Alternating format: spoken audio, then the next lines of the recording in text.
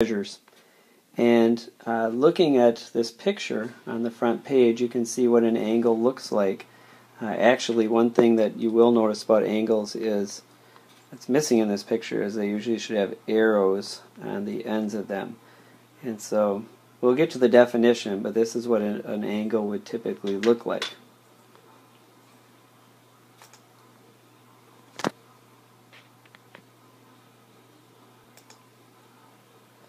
Okay, what we're going to talk about in this lesson is angles and their measurements.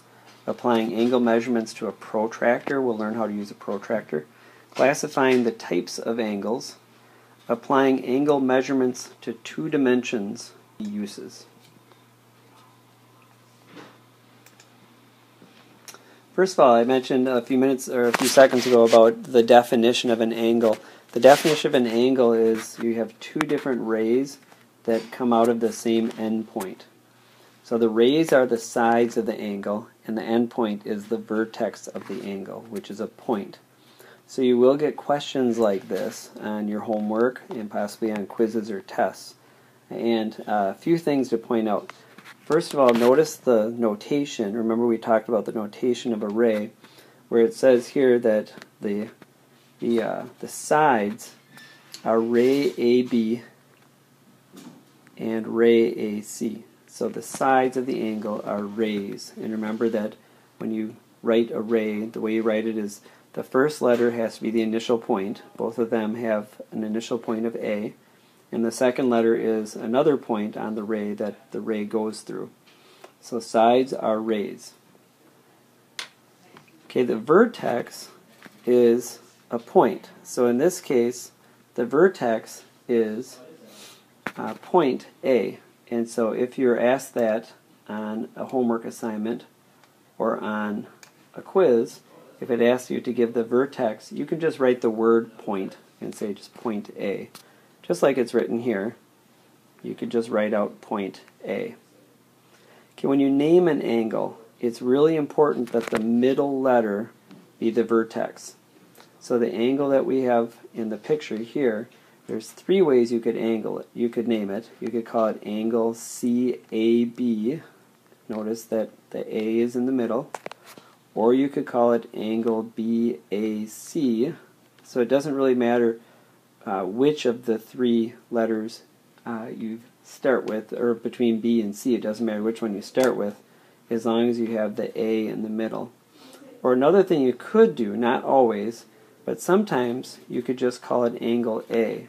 But the only time you should do that would be if there's no doubt about if it's the only angle in the picture. Because you'll see, we'll have some examples where, let me give you an example where you could not do that. Let's say you had something like this, and this was point A, and over here we had B and C and D. So if you were talking about this angle and you called it angle A, there would be a lot of confusion because there's several angles here. It could be this angle or it could be this angle. And so the only time that you can use one letter would be if there's no doubt, like in our picture. There's no doubt which angle you're talking about. So be careful about using one letter.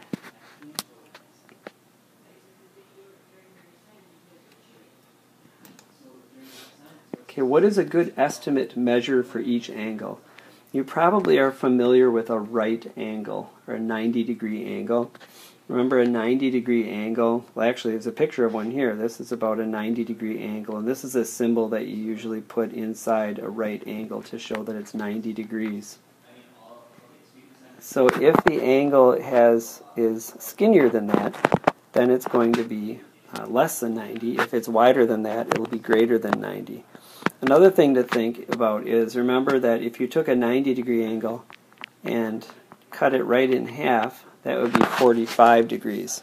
So sometimes you can do it kind of, think about 45 degrees, and if it's a little smaller, a little bigger than that.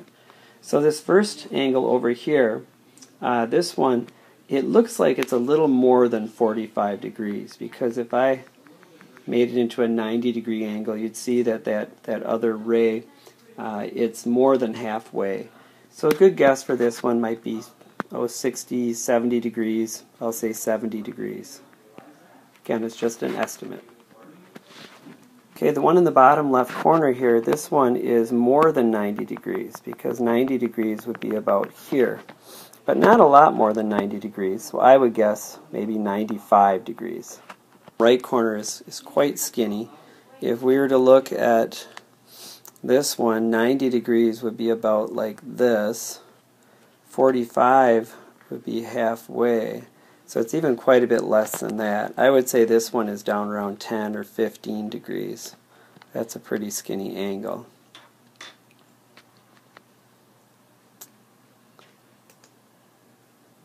Okay, before we move on to measuring angles, let's take a look at, again, review how to name angles. So here's a case where the vertex is N, but you wouldn't want to call either of these angles angle N because there are several angles here, so you wouldn't want to use one letter. So let's take the angle on the left first. I'll call that angle number 1. So for angle number 1, we could call that angle MNP, because remember you want to have the vertex in the middle, so we need the N to be in the middle. Or you could call it angle PNM. Either of those would be fine names because as long as you have N in the middle. Okay, let's look at angle 2. For this angle, again, we need to have N be the middle letter, so we could call it angle PNO, or we could call it angle ONP. There is actually a third angle here, which would be a 180 degree angle, which we could call that one angle MNO, or we could call it angle ONM. And again, that would be a 180 degree angle.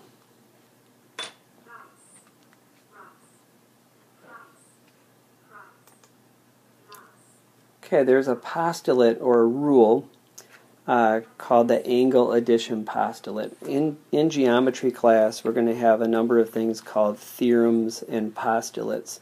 And theorems and postulates are rules about geometry. The two words, you might think of them kind of interchangeably since they're both rules. The difference between them is that theorems can be proven, and we'll even learn how to do proofs. We'll show how to prove some of the theorems. Where a postulate is just kind of a given law that we just kind of take as a rule that we don't question. And so this rule is called the angle addition postulate. This is the postulate down on the bottom here. This is the rule. And what it's saying is that if you have two adjacent angles, so two angles that are right next to each other with a shared side in the middle, that if you add the angle measure of one angle to the angle measure of the other angle, then those two measurements together are going to equal the measurement of the big angle. So in other words, if this angle was 45 degrees and the bottom angle was 40 degrees, then together the big angle would be 85 degrees. Notice the way that the equation is written with these little m's. You'll see that a lot with angle measurements. And the little m just stands for the word measure, or measure of. And so if you read this, it says measure of angle BAC plus measure of angle CAD equals measure of angle BAD. Okay, over to the right, this is a type of algebra problem that we're going to be doing in geometry. And this is a problem that some students really have a hard time with during the first few weeks of class, just because they've never really seen anything like it.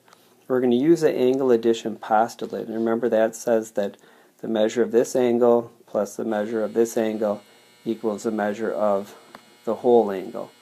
And so if I write that out, but with the algebra expressions written in, I would say 2x plus 1, which is the measure of angle BAC, plus 3x, because that's the measure of CAD, equals 61, because you can see at the bottom it says that the measure of angle BAD is 61. So by filling in the algebra expressions and the 61 into the angle addition postulate, I end up with an algebra equation that can be solved for x. And so this is how we're going to kind of keep our algebra skills up too. So we'll have a lot of this type of problem. So if I take, I've got two like terms that are on the same side of the equal sign. So I can add 2x and 3x is 5x plus 1 equals 61. Now I've got just a two-step problem here. If I subtract 1 from both sides, I get 5x equals 60. And then if I divide by 5, 60 divided by 5 equals 12. And so this is a different type of algebra problem where you'll solve for x that you've never seen before. And you will get better. I know just from experience that usually the first few weeks there are some students that this type of problem can be pretty difficult. Let's scroll down and see what else we have on this page. So I'm going to lose my print here.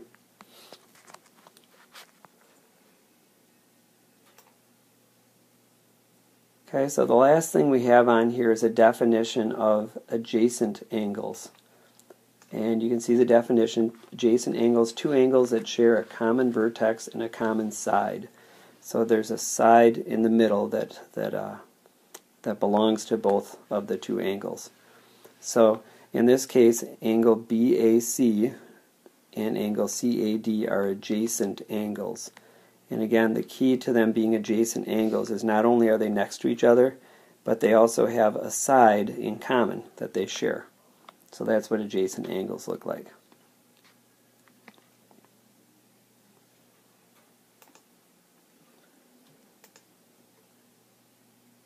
Okay, the protractor postulate. So here's another postulate. It says rays can be matched with real numbers from 0 degrees to 180 degrees. This, we talked about angle measures, and we tried to approximate some different angle measures. This is sort of a nice little tool, a learning tool here, where we can look at the different sizes of angles. And so, so we can see that these rays, if I lift the angle, you can see how many degrees each angle is. So I could stop somewhere and you can see this is what a 42-degree angle looks like. Here's what a 90-degree angle looks like. And then as we get bigger, as we go past 90 degrees, then we'll go all the way up to 180 degrees when we end up with a straight line. Okay, so again, it's called the protractor postulate. It's just saying that the numbers from 0 to 180 degrees can make up the measurements of an angle. Classifying angles. Angles are classified by their degree measures. There are 4 types of angles, and so I'll go through these with you. And so the 4 types of angles that we're going to look at, we've got acute angles, and acute angles have a measure from 0 to 90 degrees, so they have to be less than 90 degrees. A right angle has a measure of exactly 90 degrees. So I guess what we could do, if we put in different notation, we could say it's between 0 and 90 for acute angles. Okay, and then if it's greater than 90 degrees, it's called obtuse. So obtuse angles start at a little over 90, and they're less than 180. So that's an obtuse angle.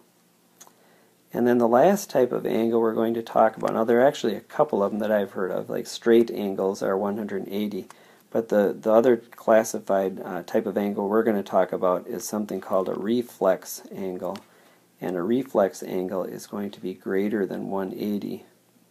So an example would be like an angle that goes all the way over here, so that we go all the way up to, let's say, 200 degrees.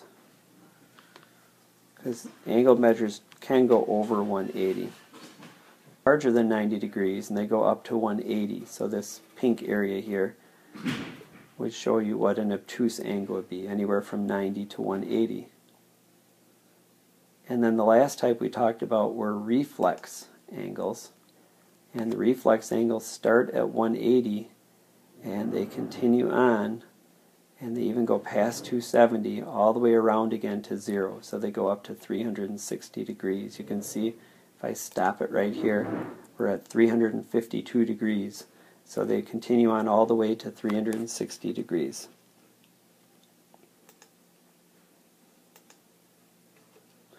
Okay, let's look at this example. It says plot the points negative 3, 1. It's like they're already plotted for us. Negative 3, negative 1, negative 1, 1, 2, 4, and 2, 1. They've already been plotted for us. And it says measure and classify the following angles as acute, right, obtuse, or straight. So I'm not going to do all of these, but let me show you a couple of them. We'll do, if we did angle DBE, I'm going to find a ray.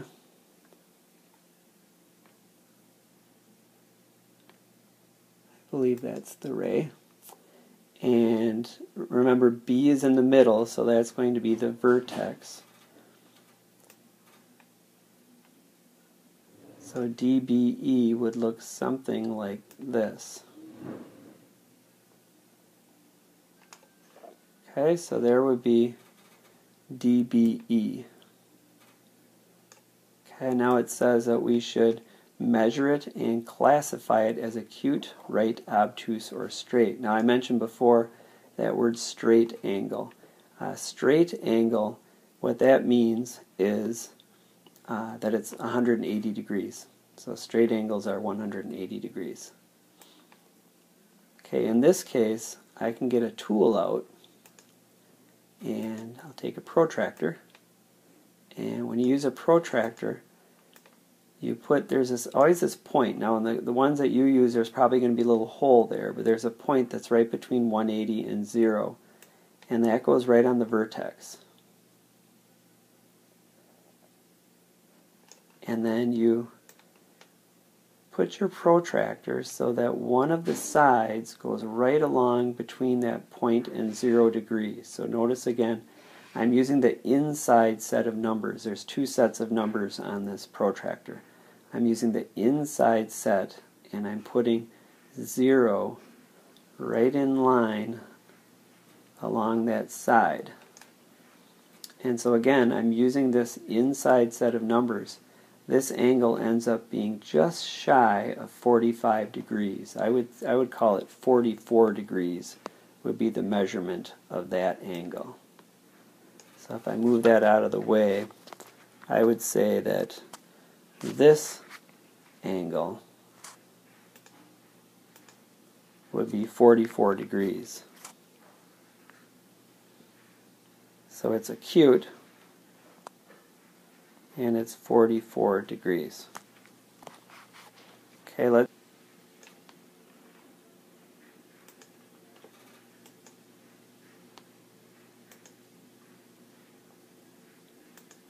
there we go. So there's EBC. So if I was to measure using my protractor,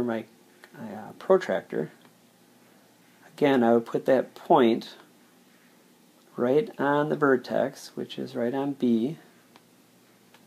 And I've actually already got it lined up because remember I was using side BE already. So BE is right on 0. I'm using the inside numbers. And it looks like I come out halfway between 80 and 90 on the inside numbers. So it'd be 85 degrees. So that would still be acute. So because it's less than 90, this would still be acute. And it would be 85 degrees. Okay, so that's how you use a protractor.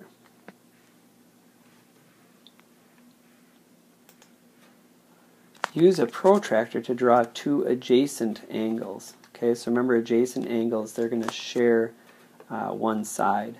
And so LMN and NMO, so that LMN is acute and LMO is straight. Okay, so I'm going to draw two adjacent angles. And it says LMO is straight. So remember, LMO is straight. That means that it's 180 degrees. So I'm going to use my protractor here. And the first thing I'm going to do is I'm going to draw a ray that starts at my little point, my little measuring point, and goes straight to the right.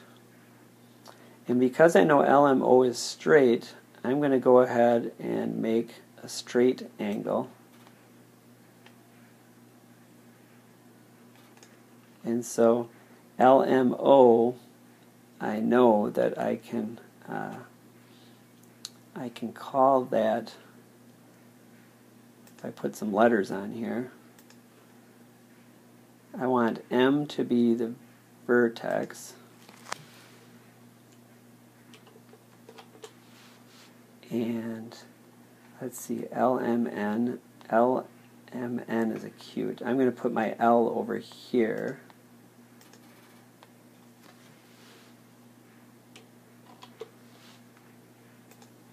Okay, and then for N, because that's supposed to be acute, I'm going to make my N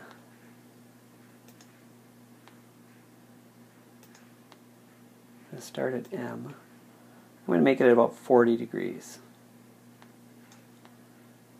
Okay, so then I'm going to go back and I'll put my N here. So there's angle LMN, and LMN is acute, and LMO, I need to put O over here.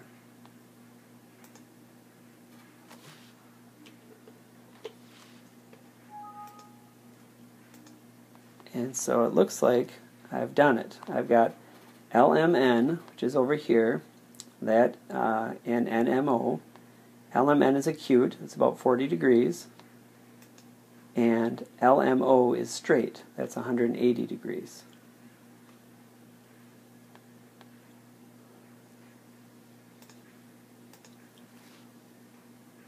And that's it. Okay, so we'll work on this some more in class. Protractors are a little tricky. This whole lesson can be a little bit difficult, but we'll work on them in class, and hopefully everybody will learn how to use a protractor and how to name angles.